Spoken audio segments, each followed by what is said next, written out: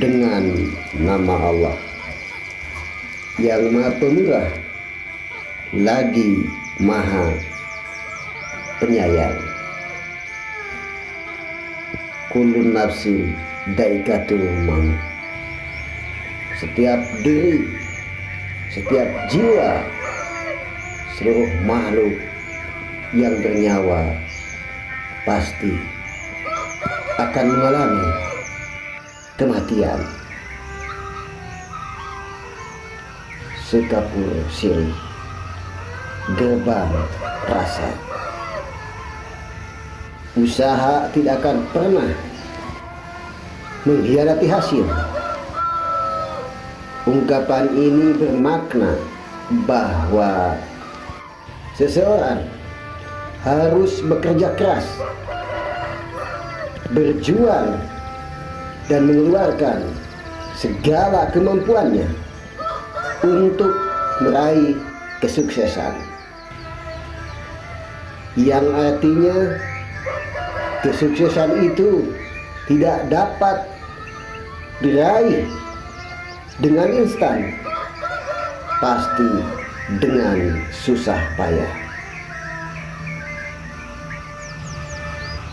Salah satu musuh terbesar manusia adalah hawa nafsu. Jika manusia menghamba pada hawa nafsunya, maka manusia diperbudak oleh dunia yang fana, seperti mencari kekuasaan dan harta yang melimpah daripada mendekatkan diri kepada penciptanya. Dunia ini hanyalah sementara. Di kehidupan setelah matilah sebenarnya tujuan manusia. Satu untuk semua, semua untuk satu. One for all for one. Ada banyak kisah tentang manusia yang ketika diberi derajat tinggi Allah yang Maha Kuasa, ia kemudian lupa kepadanya. Ia merasa bahwa kedudukan yang tinggi yang ditempatinya itu merupakan dari usahanya sendiri, bukan pemberian Allah, sehingga ia memanfaatkan kekuasaan atau kekayaannya itu untuk keburukan. Ia lupa bahwa dirinya hanya manusia biasa yang diciptakan Allah Subhanahu wa ta'ala dari segumpal darah. Sebagai manusia biasa yang tidak luput dari salah dan lupa, kita semua pasti pernah terlintas dalam hati dan jiwa kita rasa untuk mengeluh atau bahkan jengkel ketika ditimpa masalah. Karena itulah penting bagi kita untuk selalu introspeksi diri, membersihkan hati dan jiwa dalam rangka mensyukuri nikmat yang diberikan Allah, agar kita tidak sombong ketika berada di puncak kejayaan dan mengeluh ketika diserang ketidakberuntungan. Sebaik manusia adalah Ia yang tidak pernah lelah mencari kebaikan dan kebenaran. Oleh karena itu, kita jangan sampai berpaling dari kebenaran dan kebaikan, karena tugas kita di dunia ini adalah untuk selalu berusaha mencari cara agar terhubung dengan kebaikan dan kebenaran. Kehidupan manusia terus mengalami perkembangan yang signifikan dari segala aspeknya, mulai dari jumlahnya yang miliaran hingga teknologi yang canggih yang diciptakannya. Dari perkembangan yang sangat drastis ini pula muncul beragam bahasa, adat, suku, budaya, dan kepercayaan yang dianutnya. Namun demikian, perkembangan tersebut di sisi lain juga menimbulkan rasa sombong. Misalnya, seseorang yang lahir dari kalangan bangsawan merasa lebih unggul dari orang lain yang berasal dari keluarga yang dianggapnya berada di level bawah. Begitu pula dengan manusia yang dilahirkan di negara superpower merasa lebih berperadaban dan lebih maju daripada manusia lainnya yang hidup di negara miskin. Satu untuk semua, semua untuk satu. One for all for one.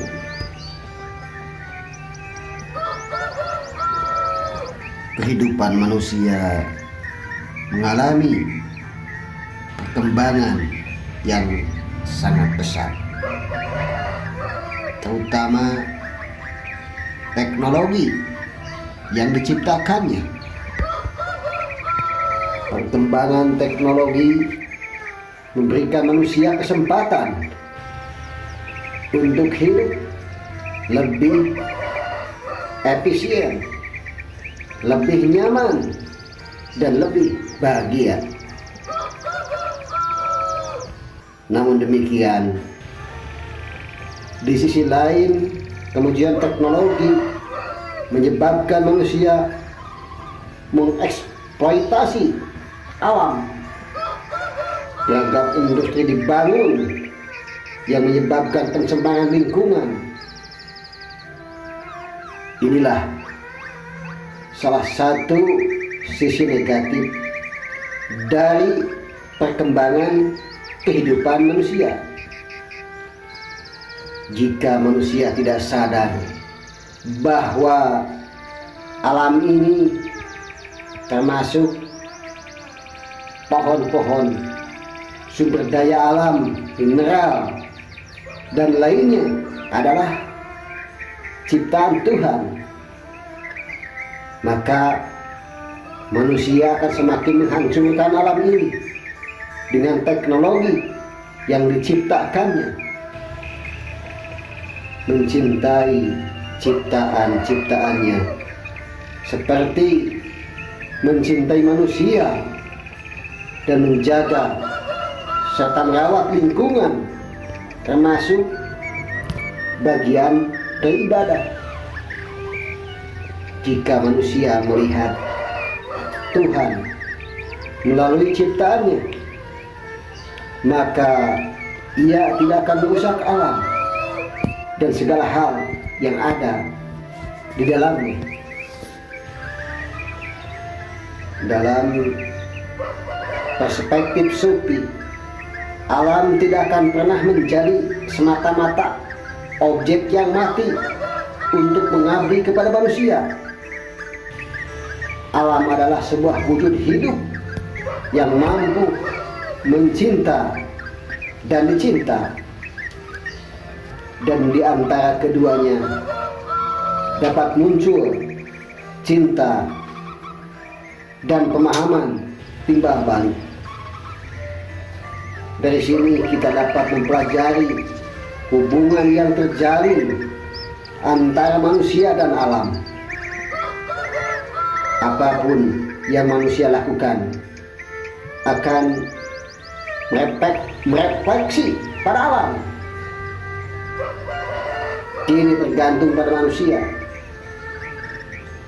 Apakah manusia akan terus melakukan kerusakan terhadap alam, atau menciptakan persahabatan dengan kedamaian serta keserasian antar keduanya.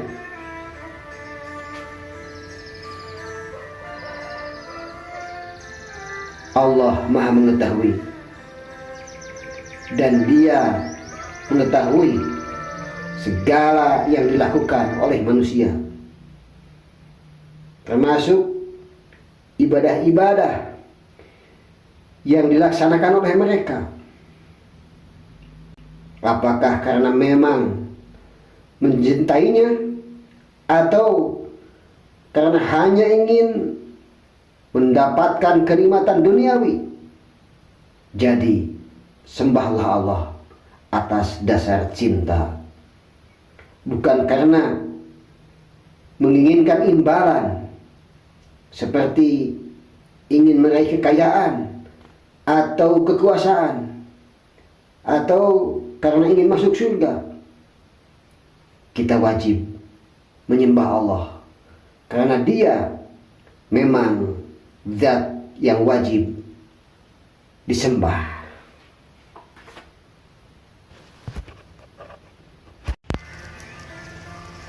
Hubul waton minal iman. Cinta tanah air adalah bagian daripada iman. Manjada wajada. Siapa yang bersungguh-sungguh maka akan berhasil. Satu untuk semua, semua untuk satu. One for all for one. Nusantara baru, Indonesia maju. Bhinneka Tunggal Ika. Baik.